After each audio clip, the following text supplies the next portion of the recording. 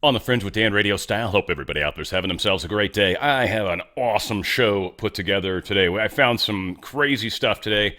We've got some real serious scandal that happens in this government when it comes to trying to cheat elections, and a lot of this stuff is being exposed. I've got a lot of video to play today as well, so I'm going to play all of it at 1.2 speed. I apologize for that kind of in advance. For those of you that like to watch my videos faster, it might suck a little bit, but it's just there's so much good information that needs to share, and I don't want to do a 2-hour show. Also, to let everybody know, we will be doing live tonight. Okay, it's still working. I've got it up because last time I did it differently, and it went dark screen on me. Actually, I think it'll be okay if I take my mouse off. Yeah, cool. So we are going to be broadcasting the debate live. I'll be hopping on about 15 minutes early. Might play a little music, might talk through it. I don't know. We'll figure it out. Might find some stuff that'd be fun to share. Whatever the case is, we're going to go into the debate. We're going to share the debate. When there's commercial breaks, we'll chat through it. We're going to have chat going on. We'll be hanging out together, and I'm actually going to be broadcasting this on Rumble, on Pilled or Foxhole. I'll be doing it on Odyssey, and I'll also be doing it on Twitter. We'll see how much traction the other ones get, but this should be a lot of fun tonight. So we are definitely going to be there. A lot of stuff is happening, and so, yeah, we'll see how it plays out. Now, speaking of the debate, ABC News revealed a series of rules just days before the make or break face-off, which is said both campaigns have agreed to. The candidates will be introduced by the moderators and enter from opposite sides of the stage. Harris, as the incumbent party, will be introduced first. Neither candidate will give an opening statement. Closing statements will be timed for 2 minutes per candidate. The podium placement and order of closing statements was determined with a coin flip held virtually on Tuesday. Trump, 78, won and opted to decide the order of statements. He will give the second closing argument or statement. Harris, 59, selected being at the right podium position from the screen, leaving Trump to the left side, which is, I think, where he was with Biden, which is kind of interesting. Both candidates will remain behind the podium for the entire duration of the debate. Neither will be allowed to have pre-written notes on stage. What candidates will have available to them at the podium is a pen, a pad of paper, and a bottle of water. When it comes to the questions, candidates will be given 2 minutes to answer. There will also be 2 minutes for rebuttals and an additional minute for follow-ups, clarification, and responses as necessary. When it comes to the testiest rules for debate, with the campaign, candidate microphones will only be live for the candidate whose turn it is to speak. The microphones will be muted when it is not the candidate's turn. And I do apologize if you guys hear some helicopters flying over, or if you're wondering what that noise is, it's helicopters.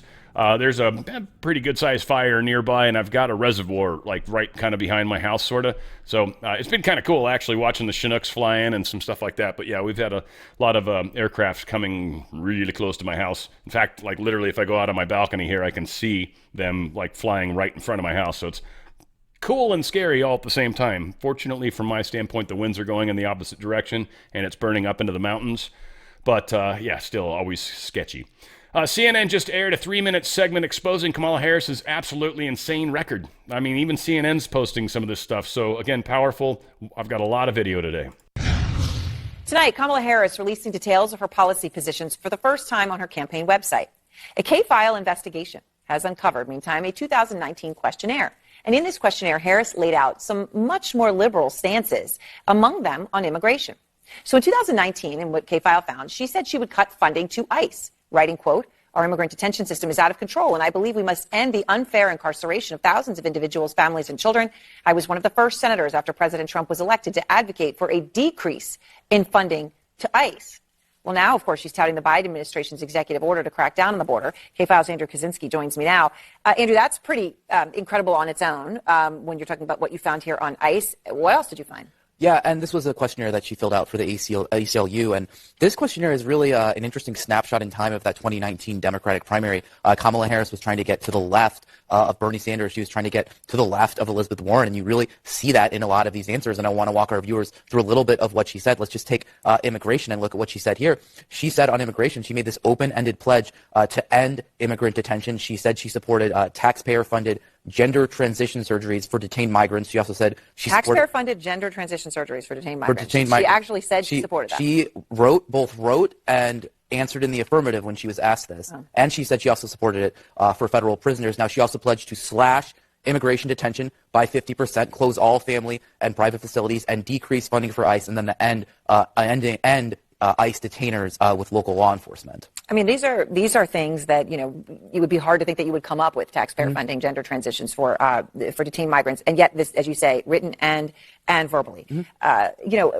What else, did you find? Well, let's take a look at her answer here on drugs. She got asked about, the question from the ACLU was, since drug use is better addressed as a public health issue through treatment and other programming, will you support the decriminalization at the federal level of all drug possession for personal use? And Harris answers yes. Now, what would that mean? Well, it mean the federal, all drug possession. That's not just marijuana, which she alluded to in her answer to this question, but it also would mean it's federal level of all drug possession, fentanyl, crack, use. Cocaine, things like that. Yeah. Have they responded to you on her changes on these issues? So we did put this question to the Harris campaign about the entire ACLU questionnaire, and the Harris campaign didn't answer any questions from CNN. Instead, they just provided a statement from an unnamed Harris campaign advisor that just said, the vice president's positions have been shaped by 3 years of effective governance as part of the Biden-Harris administration. Now, they declined to CNN to elaborate on what those positions were. And then they also provided this statement, which they attributed to a spokesperson saying, as president, she will take that same pragmatic approach, focusing on common sense solutions for the sake of progress. So where does she stand on this, all this questionnaire today? We don't know, and they won't say. It's pretty incredible stuff, and thank you very much. Exactly, right? This is still what we've got going on. Now, also what we've come to find out that she's been doing for her debate prep. Until yesterday, apparently, Kamala Harris was secluded in a hotel with a Trump impersonator. Literally. Supposedly some dude, Brian Yenis or whatever is the guy that's reporting this, but they know that Vice President Kamala Harris is in her hotel room in Pittsburgh. They've got the lights as if it's a studio. They've got the stage, and they've got even brought in somebody who dresses and is acting like the former President Trump. Kind of wonder if it's that comedian guy, but needless to say, they're trying to go all out and fake it until you make it, right? Kamala Harris can't keep running like this. This was actually put out by this gentleman named Alex Shepard. It's an op-ed. On Sunday, they finally added an issues section to her website. And we shared this yesterday. It includes a slew of policies that the campaign has previously outlined, as well as sections on reproductive and civil rights. Unfortunately for Harris, its release was undermined by a simple but telling error. The page's source code reveals that part of the platforms were copied directly from Biden's campaign page. Literally, the source code came directly from there, and it's still referencing the exact same files. It's very easy to prove this.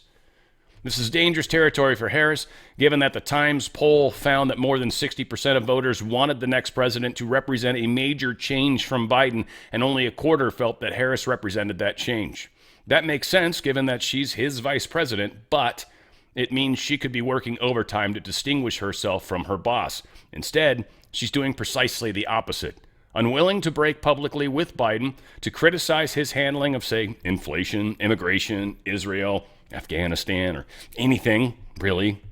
She has simply positioned herself as a younger version of him. Whether that's intentional on her part or the result of her campaign being run largely by the same people who ran Biden's disastrous re-election bid is unclear. And of course, she's trying to further herself to the center from her extraordinarily left-leaning positions. Now, a couple of weird people, or three, I guess, people that are around her for this debate. I just thought it was strange, so we're sharing it. At first, I was going to not do these, and then I saw the second one, and I'm like, all right, that's kind of weird. So the first one, Kamala Harris is bringing two former Donald Trump officials with her to the debate. Now, this is The Hill, or Daily Mail, so it's meant to piss off anybody on the right, or, more importantly, people on the left are supposed to feel comfortable reading it because it's obviously anti-Trump. It's got that feel to it, so understand that. That's just part of the way they write their stories. Once Trump's White House communication director, Anthony Scaramucci, the guy that's got the model named after him, and Olivia Troy, a former Homeland Security advisor, and then to then Vice President Mike Pence, are coming to the debate for the Democrat candidate. That's interesting. Like, They're telling us probably just because it makes it look like there's defectors, I hope, or is there something more to it? And that was why I first skipped that story, and then I found this one. Potential for abuse.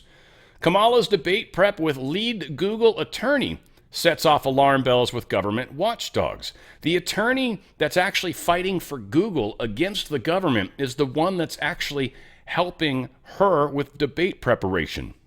Now, maybe she was just oddly good at debate in school, or something weird's going on. Because again, this is the one that's helping Google. Definitely the 666 organization. Come on. I mean, there's just obviously the monopoly stuff that's starting to happen and come out about them is just very interesting and telling. An awesome post from someone named Dolphy. Donald Trump's picture of him, in case you can't see it. He doesn't silence his opponents. He shoves them into the spotlight and lets them destroy themselves. He totally does. And he does a damn good job at it. Now, this is the GOP government's platform. I just wanted to cover it because we're going into the debates. Obviously, we at least want to know what Donald Trump stands for, and there's quite a few things. Seal the border and stop the immigrant invasion. Carry out the largest deportation operation in American history. End inflation and make America affordable again. Make America the dominant energy producer in the world by far. It'll make us rich, by the way. Stop outsourcing and turn the United States into a manufacturing superpower. Large tax cuts for workers and no taxes on tips. Defend our Constitution, our Bill of Rights, and our fundamental freedoms, including freedom of speech, freedom of religion, and the right to keep and bear arms. Prevent World War III, restore peace in Europe and in the Middle East, and build a great Iron Dome missile defense shield over our entire country, all made in America. And some of this is like what they did last time with Ronald Reagan when he did Star Wars. We bankrupted everybody that tried to fight against it. If we're doing the oil thing on top of, and then we're paying for it internally, we actually could outspend them likely, like China is the one in particular. And this might actually be technology that we could get to work. So, something to keep about. Let's see. End the weaponization of government against the American people. Stop the migrant crime epidemic. Demolish the foreign drug cartels. Crush gang violence and lock up violent offenders. Rebuild our cities, including Washington, D.C. Make them safe, clean, and beautiful again. Strengthen and modernize our military, making it, without question, the strongest and most powerful in the world. Keep the U.S. dollar as the world's reserve currency. Fight for and protect Social Security and Medicare with no cuts, including no changes to the retirement age. Cancel the electric vehicle mandate and cut costly and burdensome regulations. Cut federal funding for any school pushing critical race theory, radical gender ideology, and other inappropriate racial, sexual, and political content on our children. Keep men out of women's sports. Deport pro-Hamas radicals and make our college campuses safe and patriotic again. Secure our elections, including same-day voting, voter identification, paper ballots, and proof of citizenship. Unite our country by bringing it to new and record levels of success. What's funny is you and I believe this is what would happen, what will happen, right? And I'm saying we're correct. It's just funny that Trump has proven what he can't do. Kamala keeps saying she's going to fix things that they've already had 3.5 years to address, and they've gotten worse. So she's got no leg to stand on, essentially. Our system is not in a great place, and still inflation and what befalls us coming soon, especially after tonight's debate. Be very interesting to see how things play out. If you have a 401k or an IRA, you're still in their system on tax and their stocks. I'm expecting, the world's expecting, experts are expecting a major adjustment. And with the way inflation's happening to the dollar and the fact that the Fed's actually talking about lowering rates is only going to make that worse. What happens when inflation occurs, and what that is essentially is them printing more money. When they print more money, it makes the money we have less valuable, right? It makes you have less buying power with that same money. That's what's happening to your stocks. They're reasonably flat. They're going up to 3%, 5% maybe. But the way inflation is actually eating away at that at extraordinary numbers, and the way that most of us don't fully understand inflation, self included, don't really understand how bad it actually is. Precious metals right now are way above inflation. Their buying power is actually increased per inflation. It and Bitcoin are the only two assets that are actually making positive money, essentially making wealth. So right now you can get in because there's obviously still a lot more crazy to go on, and the prices for gold and silver have gone up a lot since just early this year, March. Get out of their system now before this bad day happens in the market. Keep as much of that as you can and get over into precious metals as quick as you can before the prices of precious metals go up and up and up, which means you're going to get less of it for the same dollars you've currently got. If you get the precious metals and it continues to go up and up, then you're stoked because now you're sitting on positive revenue. That is powerful. This is a great way to get out of their system, tax-free, penalty-free. Go to Gold Co. Let my good friends help you. drslikesgold.com, drslikesgold.com. Get out of their system before they get out of you. And there's unquestionable they want you to eat bugs. They've told us. Elon Musk posted this in response to Doge Designer. He had a picture of Elon Musk in some very crazy getup. It's kind of cool looking. It says, I vowed to destroy the woke mind virus. And Elon Musk reposted it and said, and I will. I kind of believe that too, actually. Rumble put out a notice to all users in Brazil. They have no longer available in Brazil. Rumble has had to come down in Brazil, of course, because they can't handle free speech in Brazil because of Alexandre Moraes. The dude is a criminal. And he is, in my mind, the only court that's ever taken over a country. I've never seen it before. This is a very interesting approach. It's very, I don't know, it feels very British in it's a weird kind of way. Like, the dude should be wearing, like, a wig. I don't know if he does. I don't think that he does, but who knows? He dresses like the douche, and then he's got, like, the flowing, he's so extraordinary. It's unreal. So anyway, Brazil, no longer happening there. RFK Jr.'s got a message to everybody under his camp, I think within our camp, and on the Kamala camp.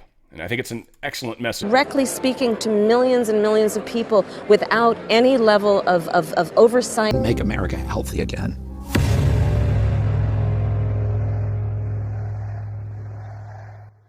This is such the coolest time in history. We are coming together as a population. There's many of us that focus on the few of us that aren't with us yet, but we are coming together.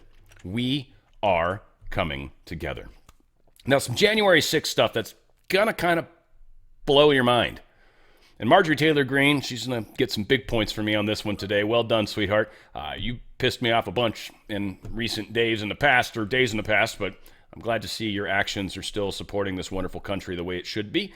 This gentleman that starts it off is, well, talking about the re-education camp that exists in that J6 jail. This document. Contained in here is the re-education material that was provided to the January 6th defendants. And if you start reading through just the titles alone, you'll start to quiver. I did. I was very upset. You mean this is systematic? They're trying to reprogram them. This is the reprogramming information given to them on their tablet. Like once upon a time in prison, you would take a class on plumbing or an electrical or trade. You would do something or another language. They were actually given credit for taking classes on, may I share a couple of titles? Taking classes on information such as, I'll tell you what, I'm going to say something else. Well, Kara, will you find that section there, please? So these were re-education materials distributed to them about Trump's big lie. Well, how the election, here we go. Trump's crimes before he called for the attack on our democracy. Donald Trump, how he has attacked our democracy. Negligence, obstruction, rape, tax evasion. These are actual lesson plans. Take a look at the tablet, ask them to show you. They were available to actual lesson plans. It's insanity. This is what they're teaching, right? They're literally teaching propaganda that Trump is bad. Trump derangement syndrome is bad. Like, there's a lot of us that don't believe that nonsense. So to just say blindly that Trump is bad is absolutely not true. The establishment wants you to believe Trump is bad. So, of course, a lot of people that are propagandized and still watch, like MSNBC or CNN or whatever the hell, ABC, God forbid, right? Anybody watching those shows, of course they think Trump's horrible. Because what else would they think? They don't have any solid information. Here's Marjorie Taylor Greene kicking ass. Look at some images. This is not January 6th, ladies and gentlemen. This is actually the inauguration of President Trump in 2017 in Washington, D.C. Here's a burning car with "We the People" spray painted on the side. These were scenes in the streets. This was President Trump's inauguration, Washington, D.C. The headlines: Washington protests turn violent as Trump assumes presidency. Inauguration protesters and police clash on Washington streets. The government drops charges against all inauguration protesters. That's stunning, isn't it? They nearly burned down Washington, D.C., much of it, committed violence, fought with police officers, caused incredible amounts of damage, and they dropped all the charges against these protesters. So that was 2017. Let's move forward. This is not January 6th of 2021. This is Minnesota in 2020. By the way, that's Governor Tim Walz's state. Here's another scene from Minnesota. Over 95% charges dropped. Headline: They've lost control. Why Minneapolis burned. Governor Walz's state. Minneapolis burned. And how did Governor Walz and Democrats feel about treatment of police? This is how police were being treated while over 95% of the charges were dropped.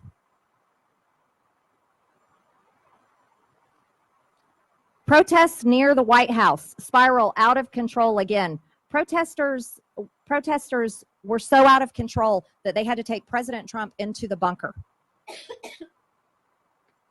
And at the same time, this is when the current Democrat presidential candidate for the United States and the current vice president of the United States, Kamala Harris, shared the Minnesota Freedom Fund bail bond link so that criminal rioters could be bailed out of jail, take back to the streets, and continue the assault on the American people, violence, rioting, and even leading to killing people. But yet, I want to add, it's the current administration under Kamala Harris and Joe Biden and their Department of Justice led by Merrick Garland and the FBI with Christopher Wray that is continuing the prosecutions, or we should say persecutions of January 6th offenders from January 6th. Back to the Summer of Love. More than 1,500 Minnesota businesses were damaged in George Floyd protest, and they expect to take years to rebuild. You know, BLM as an organization raised money on Act Blue, the Democrats' fundraising platform, and I don't think any of that money went to rebuilding those communities where all that damage was caused. Again, most of the charges, as reported by The Guardian, most charges against George Floyd protesters were dropped, and the analysis shows, and these are the facts, the Department of Justice is not continuing to hunt down protesters from the Summer of Love in 2020, is not continuing to prosecute them. Their charges were dropped. George Floyd riots caused record-setting $2 billion in damage. New report says here's why the true cost is even higher. This is talking about insurance claims. More than $2 billion. Again, I'd like to remind you that the stats for January 6th stand at the Department of Justice estimates $1.5 million in damages to the Capitol that was on one day, for a matter of hours in the afternoon, and the BLM riots were night after night consecutive riots. But it didn't stop in the Summer of Love. You see, the left continues to this day. And while many January 6th defendants have been prosecuted and put in prison, some for months and some for years and some for many years, the left continues their so-called protest. Well, January 6th defendants are being put in jail for going inside the Capitol. Many leftists who are protesting come in our office buildings as recent as this year, and the Department of Justice is not hunting them down, is not holding them in the D.C. jail, is not prosecuting them and putting them in jail for interrupting Congress. And believe me, they have interrupted Congress. This is earlier this year with the Free Palestine Ceasefire Now protest. This is the Cannon office building. This is where my office is located, where they had to stop all committee hearings, had to stop Congress completely, and Capitol Police has to remove them all and take them out of the building. By the way, they haven't done just once. They do it frequently. Now, if you want to know who these people are, here's a screenshot of their phones. They have an organized group that organized that protest, and the name of their group is Global Intifada. There was a time in our country where our government considered a group with that type of label to be radical extreme terrorism and a threat to the United States. That's the group that has been protested in our office buildings, and the Department of Justice is doing nothing about it. My staff captured this photo of their one of their phones as they were texting one another. And the names on this list are very serious names linked with organizations that should be investigated. I'd like to remind everyone also that the words from the Democrats have been so extreme, radical, and dangerous. They have truly threatened the life of President Trump. In one of the videos that I have, we have none other than Rick Wilson here on camera. Flashback to the Lincoln Project co-founder Rick Wilson in 2023. They're still going to have to go out and put a bullet in Donald Trump, is what Rick Wilson said during an interview on none other than MSNBC. Well, sure enough, they tried to do that, didn't they? On July 13th of this year, they tried to put a bullet in President Trump's head as he spoke in a rally in Butler, Pennsylvania. And thank God Almighty, and it's a miracle that we all witnessed, that President Trump was not assassinated on July 13th and that bullet grazed his ear. And as the result of God's grace and mercy, President Trump is alive today, and the left did not take him out as they have tried so hard to do. That's where we stand in America today, and the reason why I'm holding this hearing is because, you know, none of us support any violence. We don't support an assault on our country. We do not support a so-called insurrection, as it has been labeled, but January 6, 2021 was not an insurrection. And it should not be labeled an insurrection. But what we've witnessed for nearly coming up on 4 years now has been our own federal government create a two-tier justice system and politically weaponize the Department of Justice against the people that were there on January 6th. Yep, that is exactly what they did. Again, Marjorie Taylor Greene, I think, did an outstanding job there. It was nice to be able to give her some credit again. NBC Douchey News posted this. Fugitive suspect accused of opening fire near Kentucky Highway had sent text message saying, "I'm going to kill a lot of people." Now, here's the thing, and this is what the push is right now, and I hope all of you understand this, and this is the fun part. Most of you, not all, I don't know, hopefully not most of you, I don't know, a bunch of you, when I read that first part, you said, well, shoot, they should be monitoring their texts. Or how many of you said, well, shoot, they're already monitoring your texts. Or the NSA already knows all this stuff. Very likely true to a degree, I don't know. They didn't act on it, that's for sure. And maybe they see a lot of crazy stuff like this all the time, so maybe it's just ridiculous to even pretend that they could try to manage this problem. But there's a lot of people that from this read, well, shoot, we need to be making sure that if we see any sort of text that come out like that, we need to send the cops.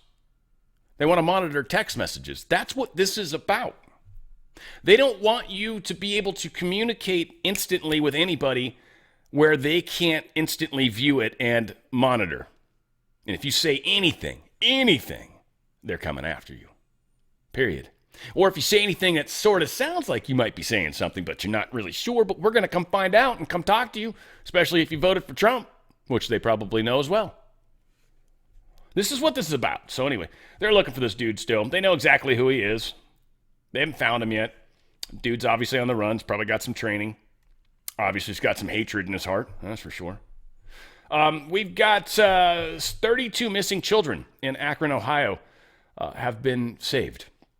Operation Homecoming, well done. Good job. Maybe this is why, unfortunately, Ohio has such a hard time with, train wrecks and storms and explosions and all sorts of crazy shit's been going on out there in Ohio, because you guys are not just a battleground state, no pun intended, because it's kind of true. But you guys are, very involved in trying to stop the corruption. And the deep state doesn't like that. And there might have been something major happening in Ohio that we don't really know about yet, but it sounds like they're going after him, that's for sure. George Helmy, he was sworn in as New Jersey's senator. He's going to replace Bob Menendez. So what's weird is he's going to probably be the shortest-termed senator ever. He's going to be in there long enough until the election decides who the next New Jersey senator will be. Now, here's the sad part. I wonder, I hope, that maybe there's a chance in Hades that we could somehow put in maybe one of the red-colored senators over there instead. Somehow we could manage to get enough people voting in that way. But I don't actually think it's maybe possible. I don't know. We'll see. We'll see. But I'm putting this out for a few reasons. I'd like to see us take this seat rather than give it to this next guy, apparently Andy Kim, and then the Republican is Curtis Bashaw. They're both run. So whoever gets certified, he is immediately going to put them in charge and remove the temporary guy. So let's get Republican Bashaw in office, guys. This is going to be a big seat in New Jersey. We need you Joyzy people out there to try to help out. I don't know. Is Joyzy close to Long Island? I'm not sure if they even exist near each other, but talking to each other has got to be very confusing. Very confusing. Joyzy doesn't like to pronounce letters, and Long Island likes to add them where they're not. So it's strange. Or pronounce them where they don't need to be, maybe? I don't know. Long. Yeah. It's got a G at the end. You don't have to go like longa. I love it. I'm just teasing. I love you guys out there. I love it. Hey, if you too, you know, hey, I love you guys as well. Hey, shut up. Save them. The Duckies and the Kitties. We're going to keep pushing this meme forever. I think that was supposed to be further down, but it won't matter. It still serves its purpose, if that's accidental or not. So we got The Hill, and we've also got Daily Mail, by the way. Both those rags are like, Vance is pushing this false accusation of Haitians eating pets. The Hill says Haitians eating pets is a false accusation. So great, we got people coming out, all these different rags. The Guardian, The Independent, The New Republic, Newsweek, New York Times, Rolling Stone, The Hill, and NBC 4. Isn't that fantastic? That's like a local channel, which is even funnier, really. But whatever, that's, I guess, one that fit the bill. But they're all now saying this is false. This is false. They're not doing this. There's no duckies and kitties disappearing. This is insanity. Well, End Wokeness had shared this post, and it was in response to this person, Maze. They said next, because this is like the stages of grief almost, right? So Maze says next is immigrants eat pets at a much lesser rate than American citizens. Please, come on. This is just being overblown. And Elon Musk kind of did a laughing, crying face because he's, of course, been a big part of the whole let's save the duckies and kitties. So he started something huge, by the way. So good on you, Musk. Well done, sir. Very impressed. Not like you watch my show. It's way too long for your taste, I'm quite sure. And he's far too smart to listen to someone like me. Riley Gaines posted this. She said, we're at step 4. Now, what she's referring to is the 4 steps I was kind of inferencing. And Rob Henderson posted this. Step 1, it's not really happening. Step 2, yeah, it's happening, but it's not a big deal. Step 3, it's a good thing, actually. Step 4, people freaking out about it are the real problem. So what they're responding to and why it's so funny, and I think any of you guys that play around in X should probably have fun and find Aaron Rupar. And if do not cuss, do not threaten, do not be mean outright. Just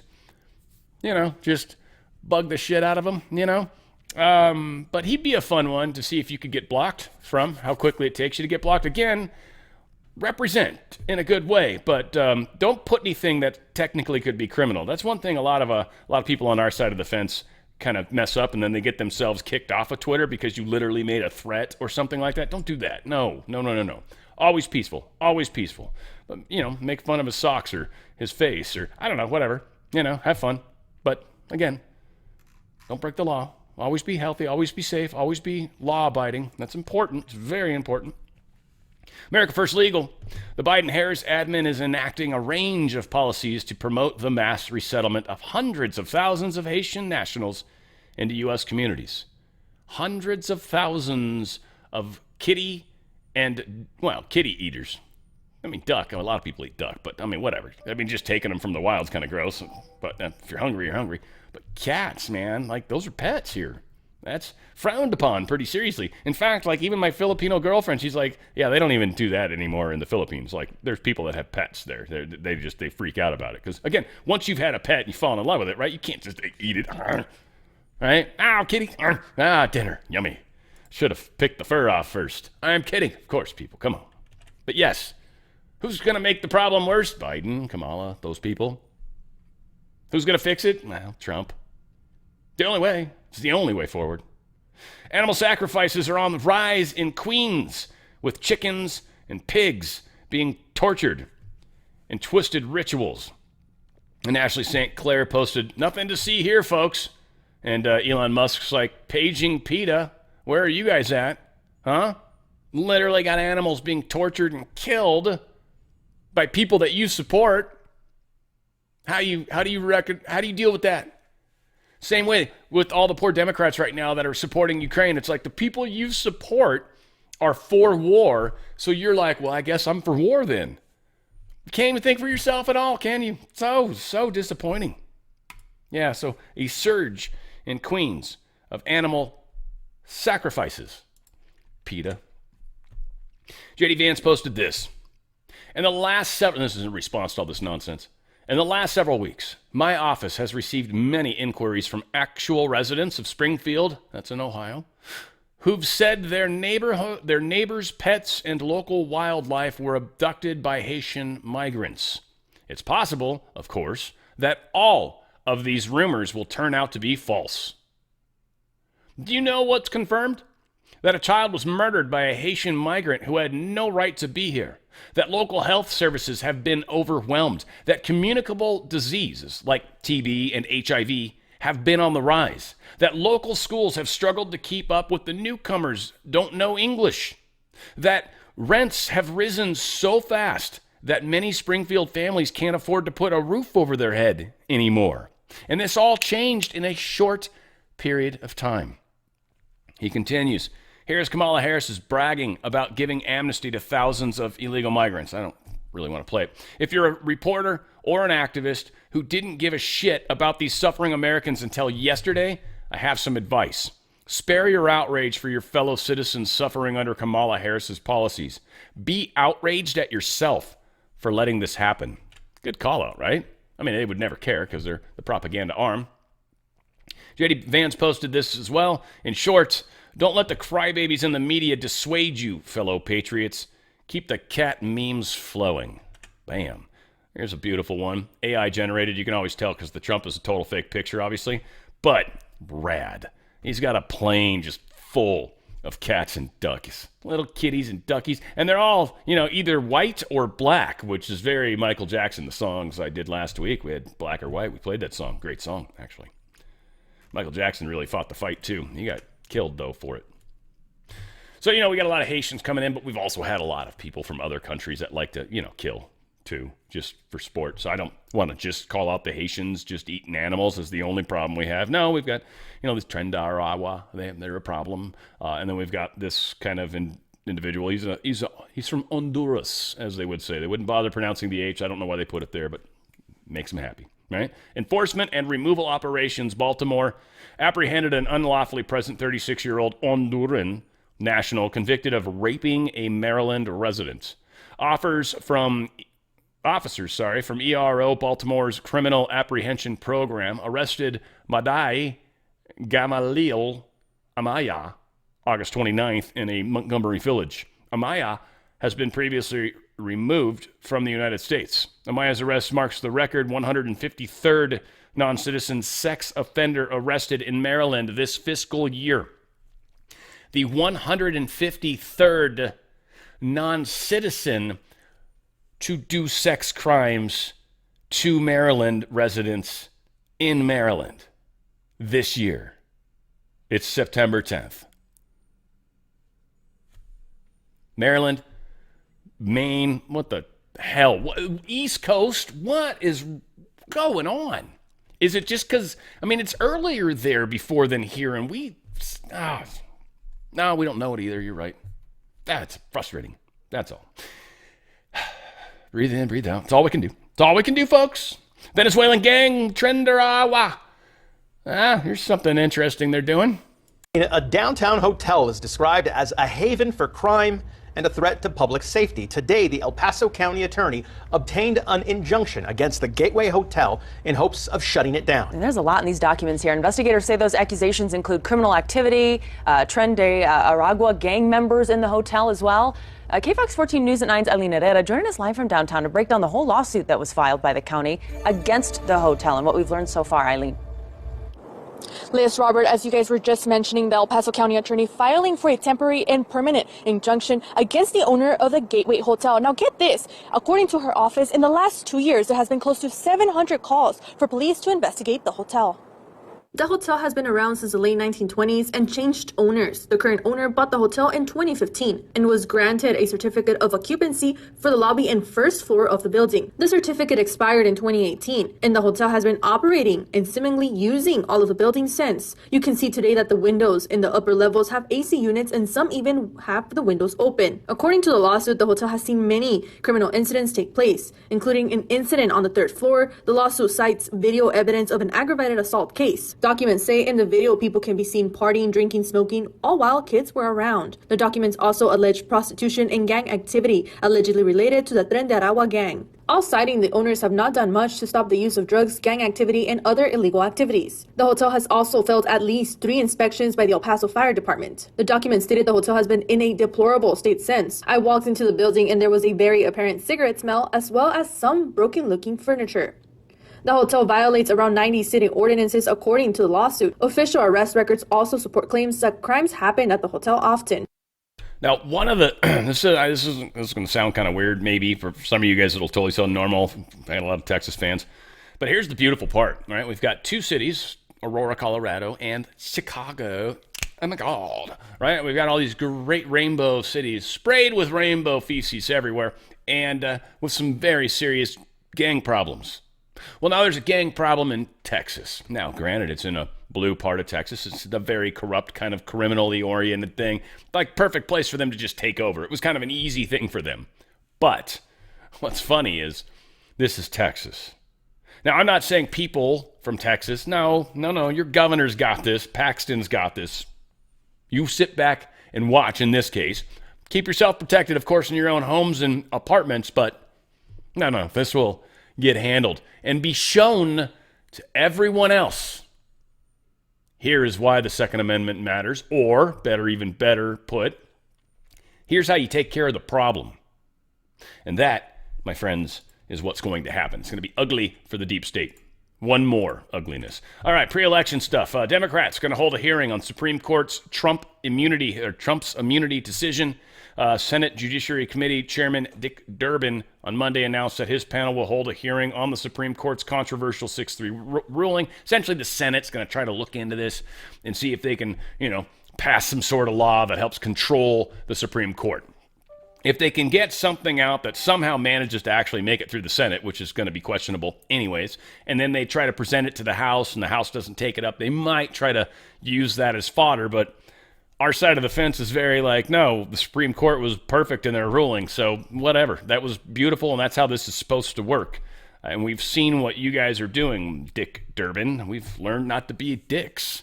Like Dick Cheney and Little Dick Cheney, right? Well, you're, third Dick Durbin. You're a dick in there somewhere. There's a lot of dicks running around. I don't know why, but many dicks. I'd say bag of dicks. I've heard that said before. Might fit here. Don't know. Liberal think tank deep ties to Biden admin far-left policies could come back to haunt Harris's campaign. Uh-oh. As President Trump faces backlash from Democrats over his ties to the Heritage Foundation's Project 2025, let's just stop real quick. President Trump and everybody around him has said he has nothing to do with this. Nothing. This, yes, was former people from his first administration, which, as he's said, had a bunch of people that shouldn't have been there.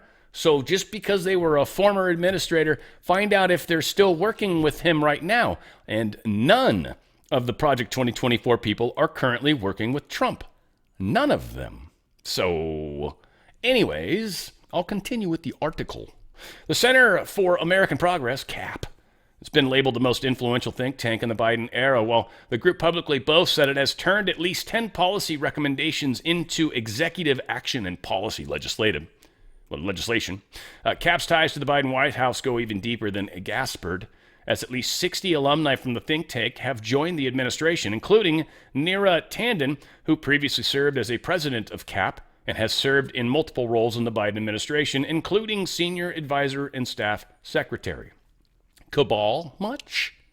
President Biden also hired CAP founder and chairman John Podesta as a senior White House clean energy czar in 2022. Podesta was tasked with overseeing roughly $370 billion in climate spending appropriations by the Inflation Reduction Act.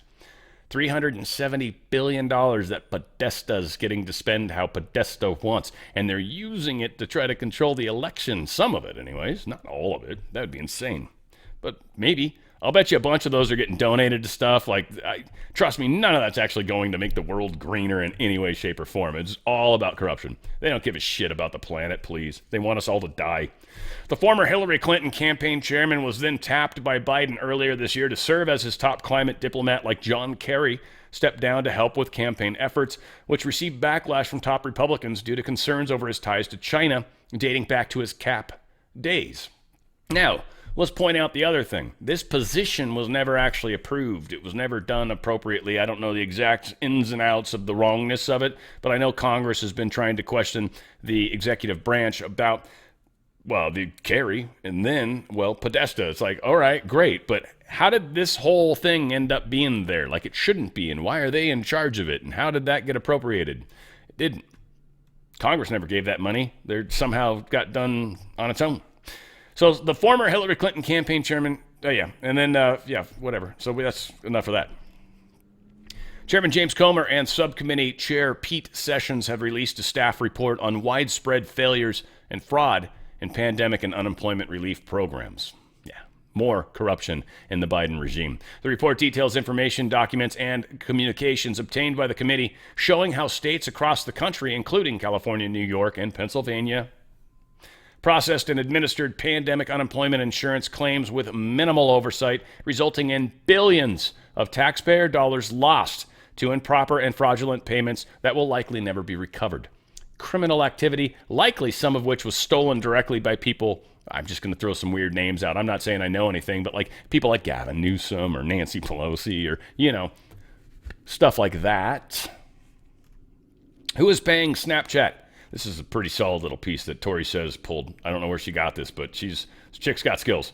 But who is paying Snapchat to advertise voting registration? It is also a nonprofit. We need to pull their 990s and find out how come they have access to personal identifying information, who sold it to them, and why they are paying social media to register information. It's not like the government created a nonprofit. Who did? Where did this group that's trying to get people registered on Snapchat, probably to very specific people, where did this non-government organization, NGO, where did they come from? Well, she did digging. She found out this is called Vote.org, is the name of this organization. I don't want to have to open up all these docs. It's just going to make it ridiculously long. Three key people that are in or donating to them, let's put it this way, because they have to show if it's over a certain amount of money, then you have to see who made the donation, because it's a nonprofit that gets funds from certain people and groups, and they're supposed to try to help get people registered to vote. One of them is the Elias Law Group. Mark Elias. Yeah, his law group donated over $132,000. Invisible Hand LIC donated over $184,000. Jason Levine, $142,000 over that. These guys are donating that much money to this group. They're the ones donating it. And of course, Tori says, hey, at Mark Elias, you get paid a lot of tax dollars laundered through this 501c to register voters. My P2 has never been authorized to be released to a foreign-based database with my social and ID as a voter. Hey, at Frank LaRose, are you selling our data to organizations? If so, how'd they get it? Now, Tori says didn't stop there. She then goes so far as to pull this. So what we've come to find out is the tax information about this company. Well, they're actually, what is this? An organization that normally receives a substantial part. They are a Form 170B. So 170B 1A6, I guess, is what their actual specific organization is filed as. And that means that they normally receive a substantial part of its support from a government unit, like the CIA or something like that. This nonprofit, quote unquote, non-government organization that's registering people to vote is paid for majorly by the government, and secondarily, people we know sinisterly do not like anybody at all that is about the Constitution, about any of what this country stands for. Freedom, loving this country. None of it. This is who is running these companies. This is insanity. Tory says the fact that at Mark Elias is literally paid with tax dollars should concern everyone. This is insane. How much of this stuff is literally funded by you and me? We're paying for Mark Elias. And then he's donating God knows what to this company that's doing mischievous things. Unquestionably. It's insane what's going on, guys. Chaos Coordinator posted this. The media that loves America should be talking about this unless their sponsors are in bed with Elias. And that's the other side of it. Sponsorships control everything. To a large extent, everything. And this is funny. Fortunately, I've had agencies try to bring me on board. Agencies are notorious. For any of you guys that get into this, I hope you're not hungry for money, because you should be able to support yourself until it starts making money, if it ever does. But agencies always will suggest you not talk about things. And if not, then you don't get paid. And if you become determined, or if you become used to receiving those funds, then yeah, you're screwed. Now, agencies get a huge cut just for people that don't understand how the business works. It's so jacked. So jacked. Like, they're making more than you are percentage-wise almost always. It's yeah. Well, a lot of times. Depends. There's a few ways to do it. But here's the Marissa Hansen question. How does the revenue from the NGO, the Catholic Charities, nearly quadruple since the Biden administration took over? In 2018, the Catholic Charities of the Archdiocese of Galveston only brought in $44 million. That's gone up supposedly quite a bit, quadrupled 4 times since Biden's taken office. Here's another example of what Tory says was pointing out. And Elon Musk saying your tax dollars at work. Here's another example. I'll bet you there's dozens of examples. Think of how much money this country spends on this kind of shit. It's astronomical.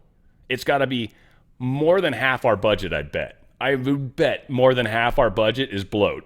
And that's taking into account how much we spend on military. But I'd also say, I bet you there's a lot of military crap that's bloated. And that needs to be cleaned up too. Like, money should go to the weapons, not a whole lot of this other foo-foo stuff.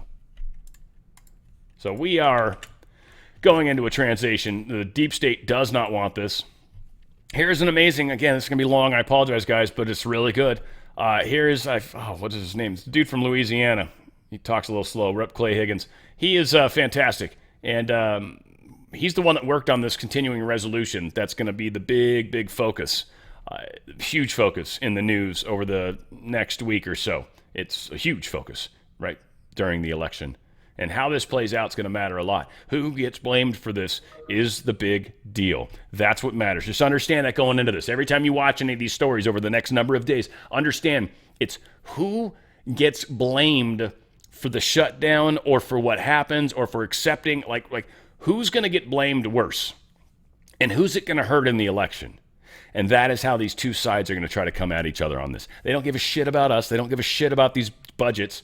They care about, and rightly so, I guess for us especially, who looks good in the end. Who looks like they're supporting this country in the end.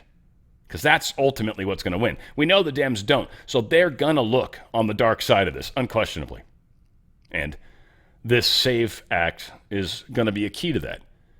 And we'll get there. But let's listen to Clay. It's almost 1 o'clock in the morning in D.C. Monday morning. Listen, this 6-month CR, I've worked on this thing for almost 6 months. It's been through many iterations. I've worked on it with some of the best, most conservative economists in the country. And it was crafted to protect the country from a Christmas omnibus controlled by Democrats that would no doubt add $1 trillion of spending to this thing.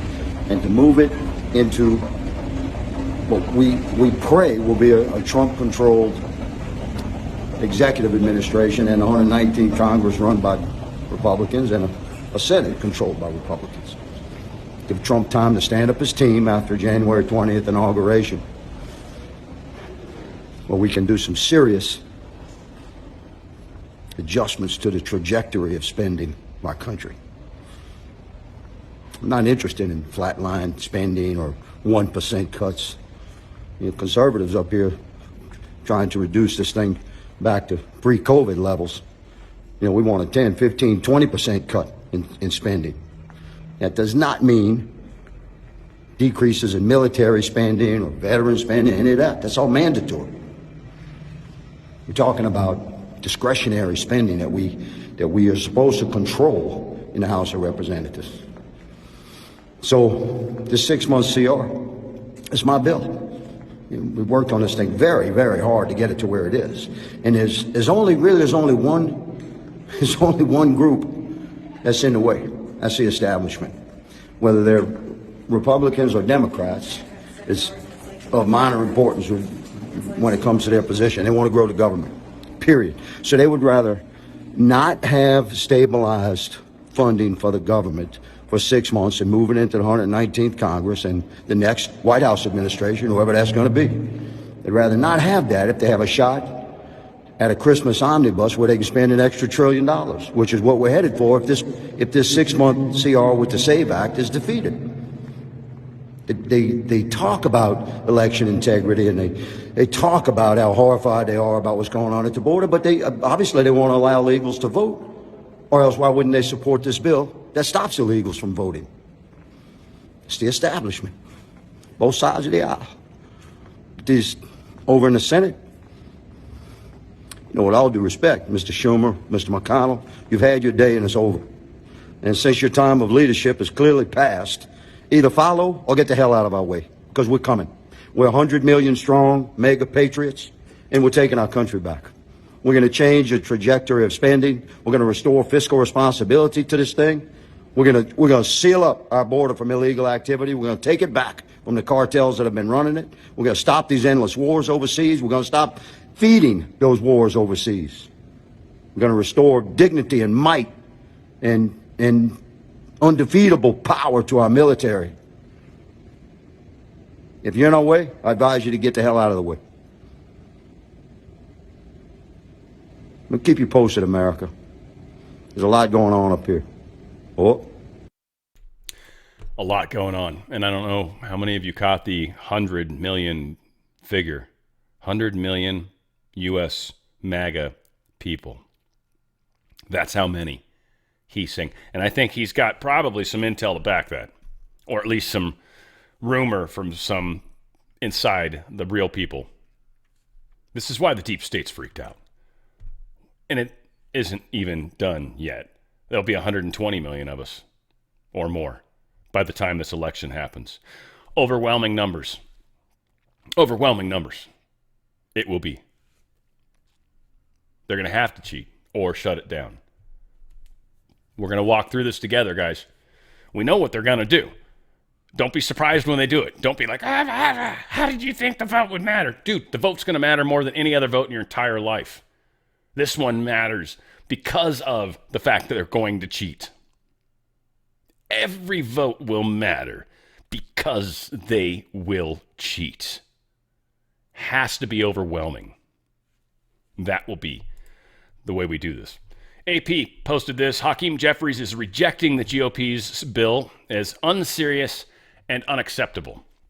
So his side's not going to pass it, but that doesn't matter because it'll still pass Congress, but it'll be partisan. So we've already got the Democrats in the House telling everybody that they want illegal immigrants to vote. That's what they're saying. That they want illegal immigrants to vote in elections for president and for Congress and for anything.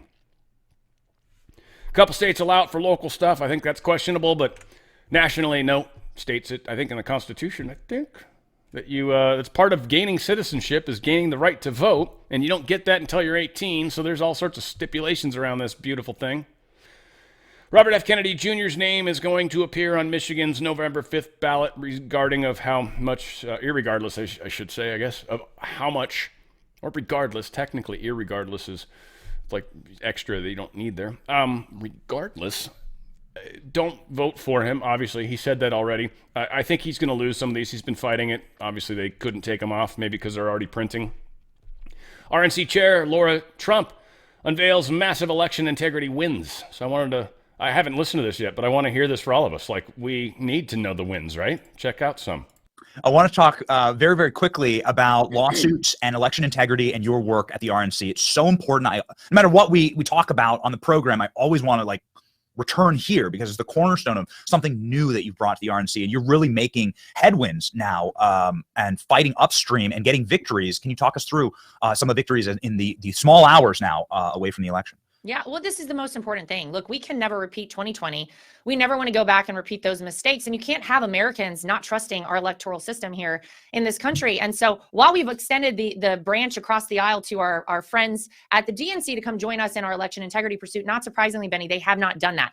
But we have been successful, and we've gone state by state to make sure a couple of things are happening, that the voter rolls are cleaned up. You had Jocelyn Benson, the Secretary of State in Michigan, who did not want to clean her voter rolls. You had 92,000 inactive voters. We had to sue her. They cleaned those voter rolls, and now there's 92,000 inactive voters are off the voter rolls. Wow. In just Michigan. Yeah, in just Michigan. In Arizona, we had a big win via the Supreme Court, actually. Arizona was registering people to vote without confirming their citizenship in this country. We took it to the Supreme Court. They agreed with us. And so now you have to make sure that you are actually registering someone who, imagine this, Benny, is an American citizen to vote in our elections. And the wins we have are not just only in that state. They can be applied and used as precedent across the country. So we're having to go state by state and make sure the rules of the road are set up and in place. But additionally, we have been so successful in getting people to volunteer and be our boots on the ground and our eyes on the ground every time a vote is cast and counted. Michael Watley and I pledged 100,000 people to be part of our election integrity team. As of last week, we have 175,000 people who are currently being trained or have already been trained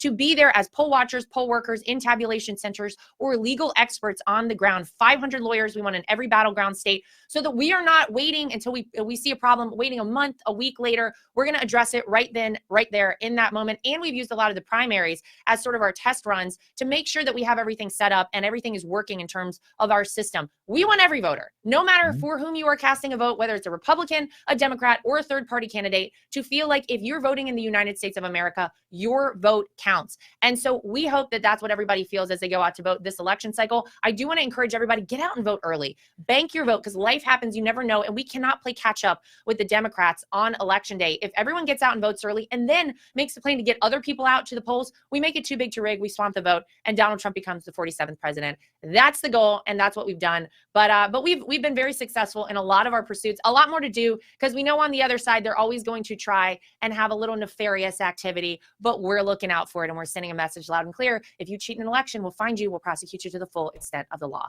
ProtectTheVote.com. It's on the screen right now, and you have every swing state up there, and every single state in contention with a big race up there. And you can click on the state that you live in and find ways to help. Volunteer and secure your election. Please do it. We need everybody. Listen, 175,000, but we would love to have 200,000, 250,000. We also want to be a deterrent, Benny. We can never allow cheating in our elections here in America. Otherwise, we're like a banana republic, third world country. We want to stop it, and we want to make sure that nobody even dares try it this election cycle. So come be part of the team. Thank you. Yes. PreElectionStuff.com. Look at this. Yeah, it's getting to that point, and we, of course, need to continue to fight. I mean, that's what this is about. We've got literally boots on the ground. That's my ripple makers. It's you guys, I think, to a large extent. I'm sure maybe others too, but this is the places where you can make a huge difference. You don't have to start a channel, although I just prefer that because it's easier to kind of interact, if you will, in that regard. But I love the fact that we've got people, maybe citizen journalists. You might be able to send in some cool little reports if you don't want to do your own thing, but actually put something together that I could use. I don't know, I'd be up for that. Maybe once in a while. We'll see if I got bombarded, but I know that ain't going to happen. I always think too big when it comes to how audiences work. Anywho, General Flynn agrees with Kash Patel that we could potentially see a power grid takedown before the election. So there's a few ways. Just let's throw some of the stuff that's out there, and then it's probably not going to, I don't know, it might be something different. Maybe it's going to be one of these. But let's talk about the few. And then I'll let him talk about what his side of it is with the power grid takedown. And I think that's something that very well could happen. So that one. The alien invasion. That's another one that definitely is on the table. That might sound crazy to some, but just keep that one in the back of your mind. We'd be like, what? The other would be religious sightings. There's a lot of people that very, very much want to see Armageddon happen or something to that effect. And there's kind of, they can put things in the sky with holograms, and they can also put sound into your head with a bunch of technologies. So very easy to do that. That is possible. So there might be this moment in time where some people experience this whole, like, God talked to me and told me this is what's up. And so we'll see what happens. And then there's power, isn't like they said. I don't know. Maybe something's going to happen from the sun, so we all got to lock down. I don't know. They're running out of options. The wars, maybe, but that's not really working. They don't have a lot of stuff left to stop the election. The cyber, right? That could happen for sure. That would be one. Then blame it on Russia. So that could work to their advantage to further more war. But I mean, put in the comments. I'm sure I missed a bunch. It's crazy. Melania, I like how she's being involved. She's like, I don't want to be involved with this nonsense. I just want to be like a first lady, but not really, she's involved in a very cool kind of way, I've noticed lately. And she wrote a book, I believe. But I like this lady. I like her a lot. And she's freaking gorgeous. The attempt to end my husband's life was a horrible, distressing experience. Now, the silence around it feels heavy. I can't help but wonder, why didn't law enforcement officials arrest the shooter before the speech? There is definitely more to this story, and we need to uncover the truth. So again, I love the way that she's getting involved, the way she's interacting with us, right? Being a part of this. It feels very different this election cycle, doesn't it? Like family, like it's weird. Like we are coming back together. Very strange. I love it. U.S. and Chinese military commanders speak by phone for the first time. Should almost or in years. That should scare you a little, just the fact that it's been years since these people are talking to each other, but whatever. It's NBC. Barely trust them. Russia cubed, which is Russia. The United States and Britain accused Iran on Tuesday of providing short-range ballistic missiles to Russia for the war in Ukraine and vowed to respond to those involved through sanctions. Again, here's the thing that bothers me about this the most. One, I don't like war. I don't like people dying. I don't care who you are. I don't care what color you are. I don't care what country you come from. Doesn't give a shit. All people on this planet deserve to live. Even the evil ones, if they can see their way, but I'm going to let God sort that out. It's not my problem, right? I love all. It's weird for some, but whatever the case is, I do. We're all God's creatures, man. That's all I know. So here's the thing. It's okay for us in the Western world, a whole bunch of countries with their weapons. We're allowed to give those to Ukraine fighting a war with a country that we've deemed the boogeyman and we've encroached on for a bunch of years. Like we wrote a treaty with him and then we kept breaking the treaty except for Trump. He's the only one that didn't. Everyone else encroached. NATO encroached. And that was a promise we said we wouldn't do. We lied. And so this is funny how when they, who are getting attacked by all of us, if they get anybody involved, well, we've got to sanction them now. Like, I guess they could sanction us. I mean, whatever. But if China sanctioned us, we'd be kind of effed, which is funny because that's also what our current regime is doing. U.S. accuses China of giving very substantial help to Russia. Okay. Let's piss off China. Because here's the thing, folks. What a lot of us don't realize is if they actually shut down manufacturing, things would get really weird in this country quickly. Personally, I think it would be one of the best things that happened to us in a big picture. This would be where like nothing new would come in probably for a long time until we figured out how to get manufacturing back. This is actually, in my mind, a very likely scenario to help force us to make decisions as a country that we wouldn't make right now because it's too easy. If something's too easy, you're not going to do the hard thing, right? But what if the hard thing becomes the easier thing, almost? Yeah. So here we are in that time. Over 140,000 Ukrainian drones overnight targeted multiple Russian regions. So a bunch of them hit, supposedly. Not sure how many. It's made up to sound better by Zelensky, but whatever. And of course, now the new thing that they're trying to do is freak everyone out and say, hey, Putin's going to start World War III by nuking something in space. Another thing that the deep state could do. I forgot about that one. This is a scenario, too. Use a nuke in space and then try to blame us. That would cause a major catastrophe, by the way. If they used a nuclear weapon in space, an EMP in space would suck, too, for a lot of things. It would put a lot of stuff out of business overnight. That'd be interesting. But a nuke would actually cause physical damage to a lot of things and probably break pieces off and stuff, which would cause debris. Debris in space is horrible, especially if a bunch of things suddenly have extra debris. Oh, that's a big problem. And now you've got, I forget the dude's name. There's an effect that in a very short period of time, within a matter of months to years, it would cover debris all around the Earth, and it would make it extraordinarily difficult to actually fly into space because you'd likely get hit by this debris. And the debris is traveling very fast, and a paint chip at very fast speeds hits you. It's like a bullet. It's crazy, right? It's crazy. So, not cool. Very interesting thing happened. This is 2 Delta airline planes collided on a runway at Atlanta Hartsfield-Jackson International Airport in Georgia. I've actually been to that airport before. It's kind of weird. So, yeah, 2 planes, Delta, hit each other. The fact that they're Boeing, I don't think is the problem. It's probably an air traffic control issue, but I don't know. Kind of crazy. Now, a lot of crazy stuff talking around the flu. First, New York Mayor Eric Adams tested positive for COVID-19. Again, I know it's been at least once. Brought him back from someplace. He used this excuse. Maybe it's just an excuse. I know a lot of people say he's being arrested. Maybe. I don't know. Whatever the case is. That's what's been reported to us. First case of human bird flu diagnosed without exposure. We talked about this yesterday. It's just insane. It's insane that they're making a big damn deal about this. One person got infected. Whatever the case is, you guys know there's ways you can protect yourself. We'll talk about it in a second. How a third state could issue a stay-at-home order as it considers declaring deadly virus a public health emergency. Maine. The hell's wrong on the East Coast, guys? You guys are already trying to plan this out. There's 3 different states thus far. I don't know if they tell us some here. Maine, Vermont, and Massachusetts. Go figure, right?